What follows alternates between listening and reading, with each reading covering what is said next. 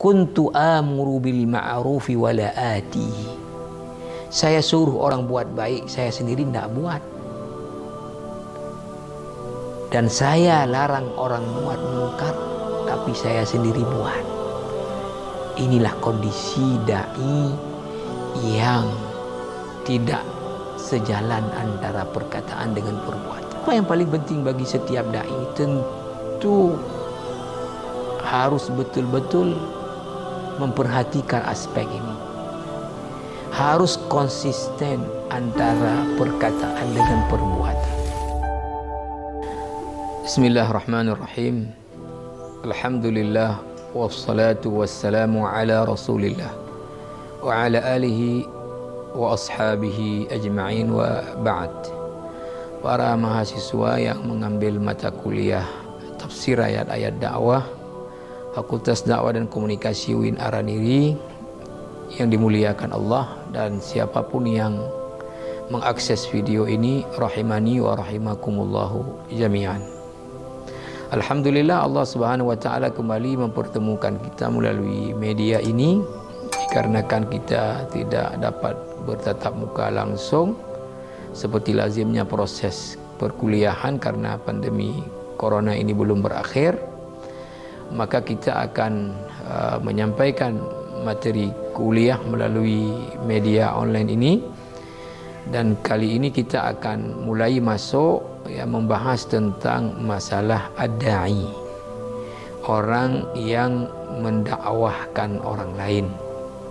Yang lalu kita sudah membahas tentang objek dakwah, mad'u.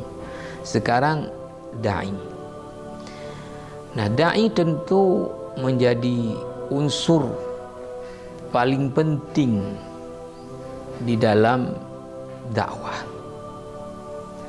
Keberhasilan sebuah dakwah amat ditentukan tentu oleh si dai. Maka para ulama dalam berbagai kitab-kitab ilmu dakwah itu telah menjelaskan tentang pembahasan rukun dakwah dai ini secara sangat-sangat luas. Apa saja hal-hal yang mesti dimiliki oleh seorang dai agar tadi dakwahnya itu betul-betul bermanfaat dan betul-betul dapat memberi pengaruh kepada para mad'u. Tentu pengaruhnya adalah pengaruh yang diharapkan oleh dakwah Islamiyah itu sendiri.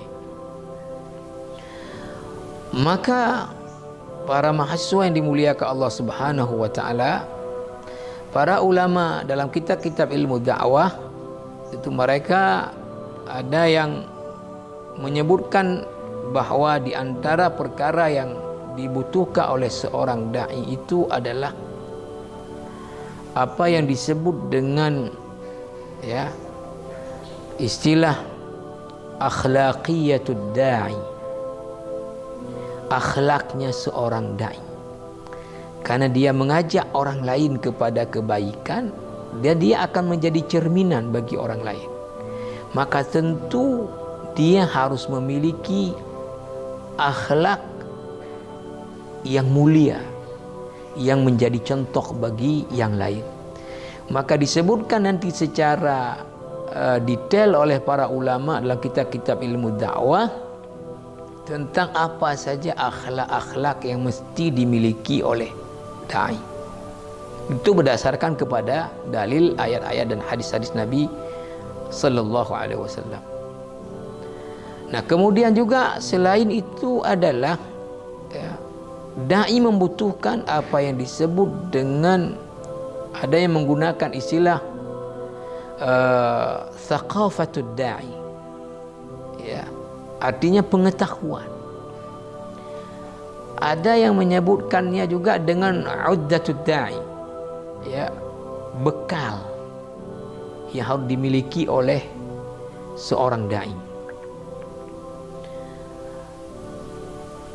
Ada juga yang kemudian membahas tentang ruhaniyatud da'i, ya, ruhaniyahnya seorang da'i. Sebagaimana Dr. Abdullah Nasi Aulwan dalam kitabnya Madrasatud Du'at membahas tentang perkara ini.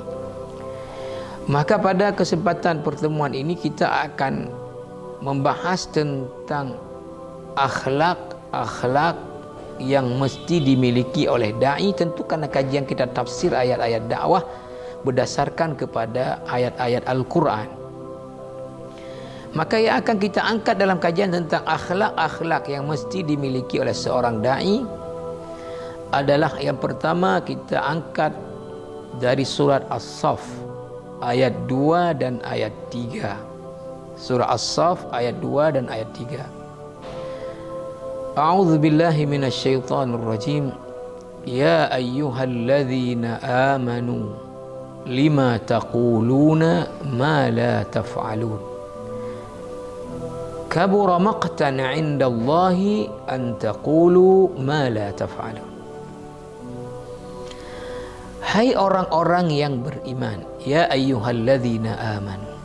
Lima, kenapa? Ini adalah istifham, kata tanya. Ya, maksudnya adalah bukan untuk Allah menunggu jawaban, tapi ini maknanya untuk cemoohan,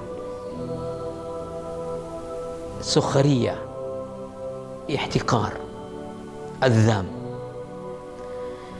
Kenapa? Taquluna, kalian mengatakan, ma la taf'alun, apa-apa yang kalian sendiri tidak melakukannya. Kabura maqtan 'indallahi an taqulu ma la taf'alun. Kabura maqtan, kabura fi'il madhi artinya besar. Maqtan ini ghadaban, artinya adalah kemurkaan, kemarahan. Kabura maqtan, besar kemurkaan, kemarahan. Indallahi, di sisi Allah, antaqulu ma la taf'alun, kalian mengatakan sesuatu yang kalian sendiri tidak mengerjakannya. Jadi ayat ini dengan tegas sekali Allah Subhanahu wa taala menegaskan bahwa Allah amat marah, amat besar kemurkaannya kepada orang-orang yang mengatakan sesuatu yang dia sendiri tidak melakukannya. Nah, tentu ini utamanya tertuju kepada para da'i, karena para da'i menyampaikan ajakan-ajakan umat kepada agama Allah. Nah, bagaimana kalau kemudian dia sendiri tidak melakukan apa yang dia ajak orang? Nah, Allah sangat-sangat murka, sangat-sangat marah kepada para da'i yang mengajak orang kepada sesuatu tapi dia sendiri tidak mengerjakannya. Maka para ulama dakwah, dalam pembahasan ini ada yang menggunakan dengan istilah apa yang harus dimiliki daripada, ada yang menyebutkan dengan istilah juga sifat da'i, sifat-sifat da'i, ada yang menyebut dengan akhlak da'i, akhlaknya da'i. Apa yang harus dimiliki oleh da'i? Ada yang mengatakan dengan istilah istiqamah, artinya konsisten antara perkataan dengan perbuatan. Jangan perkataannya A tapi dalam perbuatannya B. Jangan mengajak orang untuk tidak melakukan sesuatu yang dilarang Allah tapi dia sendiri melakukannya. Jangan mengajak orang untuk melakukan satu kewajiban diwajibkan Allah, dia sendiri tidak melakukannya. Ini sangat marah Allah kepada orang yang seperti ini. Maka da'i itu wajib memiliki sifat istiqamah. Istiqamah dari kata mustaqim, dia lurus antara perkataan dengan perbuatan. Tidak perkataan tadi A, perbuatannya B. Ada juga yang menyebutkannya dengan as-sidq, sifat kejujuran. Harus ada para dai, dia berkata A juga berbuatnya A, bukan berkata A yang dia buat B. Ada juga yang menyebutkannya dengan sifat al-amanah, bertanggung jawab dia, bahwa apa yang dia sampaikan dia sendiri adalah orang yang melakukannya. Ayat berikutnya yang kita angkat adalah di surah Al-Baqarah ayat 44. Ini memang teguran Allah kepada ulama Bani Israel. Tapi tentu seluruh isi Al-Quran diceritakan umat-umat terdahulu itu semuanya adalah jadi pelajaran bagi kita umat Islam. Bukan hanya artinya itu berlaku kepada mereka, tapi tentu berlaku juga kepada kita. Sebagaimana Allah menegur ulama Bani Israel, tadi dengan tegas juga Allah menegur orang-orang yang beriman. Di Al-Baqarah ayat 44 Allah Subhanahu wa taala berfirman, "Ata'muruna an-nasa bil birri wa tansawna anfusakum wa antum tatluna al-kitaba afala ta'qilun." Ini ada juga hamzah istifham pada awal daripada ayat ini. Apakah ta'muruna, ini fi'il mudhari' dalam bentuk jamak, kalian menyuruh an-nasa, manusia, ata'muruna an-nasa bil birri, untuk melakukan sebuah perbuatan baik, albir, wa tansawna anfusakum, ini jumlahnya adalah jumlah dalam posisi hal, sementara kalian sendiri melupakan diri kalian. Wa antum tatluna al-kitab,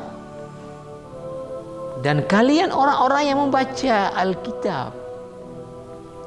Di sini tentu adalah kitab Taurat ulama Bani Israel. Kalau ulama kita tentu juga orang yang membaca kitab Al-Quran, membaca hadis-hadis Nabi SAW, berbanding orang yang diajak, orang awam barangkali yang tidak paham agama. Sementara dia adalah orang yang paham Al-Quran, paham agama. Wa antum tatluna al-kitab afala ta'qilun, apakah kalian tidak menggunakan otak untuk berfikir? Artinya apa? Masa kalian yang paham, yang tahu, yang ngerti, dan ngajak lagi orang kepada kebaikan, tapi kalian sendiri tidak melakukannya? Nah, ini ancaman Allah kepada ulama Bani Israel, dan tentu berlaku kepada semua juga daripada dai. Kita lihat satu hadis Nabi sallallahu alaihi wasallam dengan derajat yang sahih yang menjelaskan tentang konsekuensi bila ada dai yang mengajak orang lain kepada kebaikan, dia sendiri tidak buat, atau dia melarang orang buat yang mungkar tapi dia sendiri buat. Rasulullah sallallahu alaihi wasallam bersabda, "Yu'ta yaumal qiyamati bi rajulin fayulqa fin nar fatandaliku aqtabu batnihi." Nanti akan didatangkan di hari akhirat seseorang,